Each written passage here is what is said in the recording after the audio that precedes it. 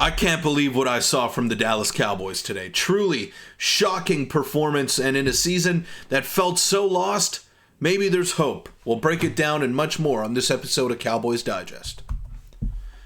Welcome in, everybody, to Cowboys Digest. I'm your host, Peter Vryonis, and what a game by the Dallas Cowboys. Throw the record out of the window.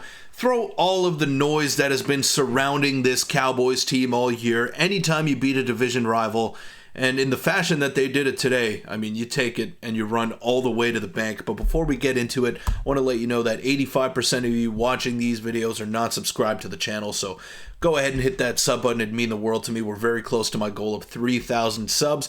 And I'd appreciate it if you guys help me get there. But let's get straight into it. Per the broadcast, this Cowboys-Commanders game is the first in NFL history to have 2 missed PATs, 2 kick return touchdowns, 1 block punt. Absolutely bonkers. And yes, it was absolutely bonkers. The special teams, it might have been the worst special teams game that I have ever seen in my history of watching the National Football League. Granted, it hasn't been too long. I've only been alive for 24 years and some change now, but in all my years of watching football, that might have been the craziest game that I have ever seen. And I don't know for any of you bettors out there. I mean, I had the over in this game, and it was 3-3 at halftime. I thought there was no way that there was any chance that this would hit, and it did, because they ended up getting to 60 points collectively. So shout out to these two teams for the show that they put on for the fans today,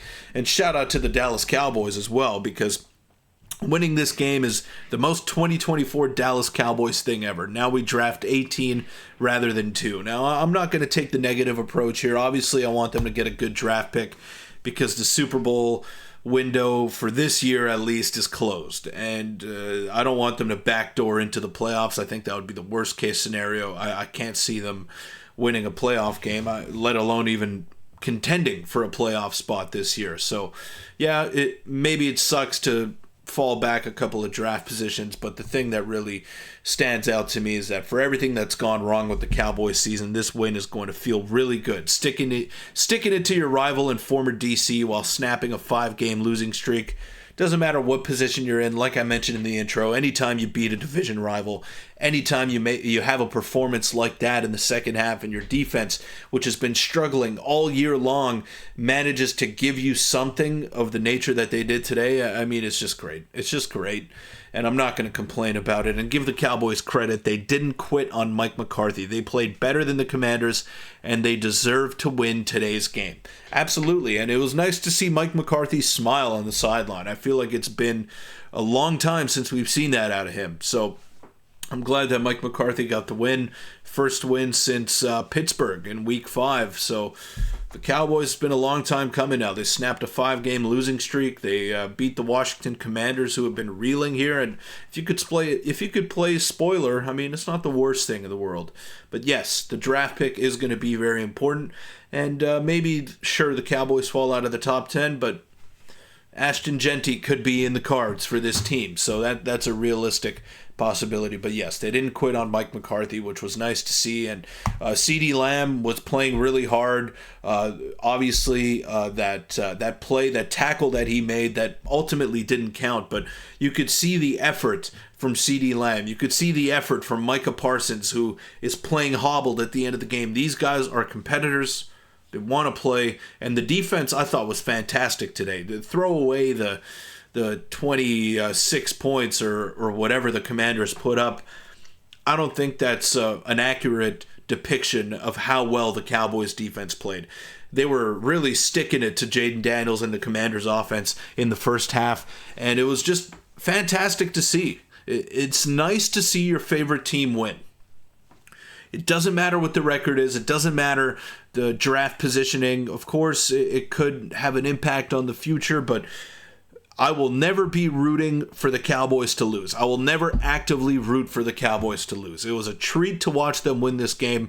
I'm happy about it. Now, if it doesn't translate to anything, then so be it. But I get to watch my favorite football team once a week for 17 weeks. I will never root for them to lose. Doesn't matter how badly the season is going, and I'm sure I hope all of you are the same way. We have played a whole football game in just the fourth quarter with all the scores. That's right.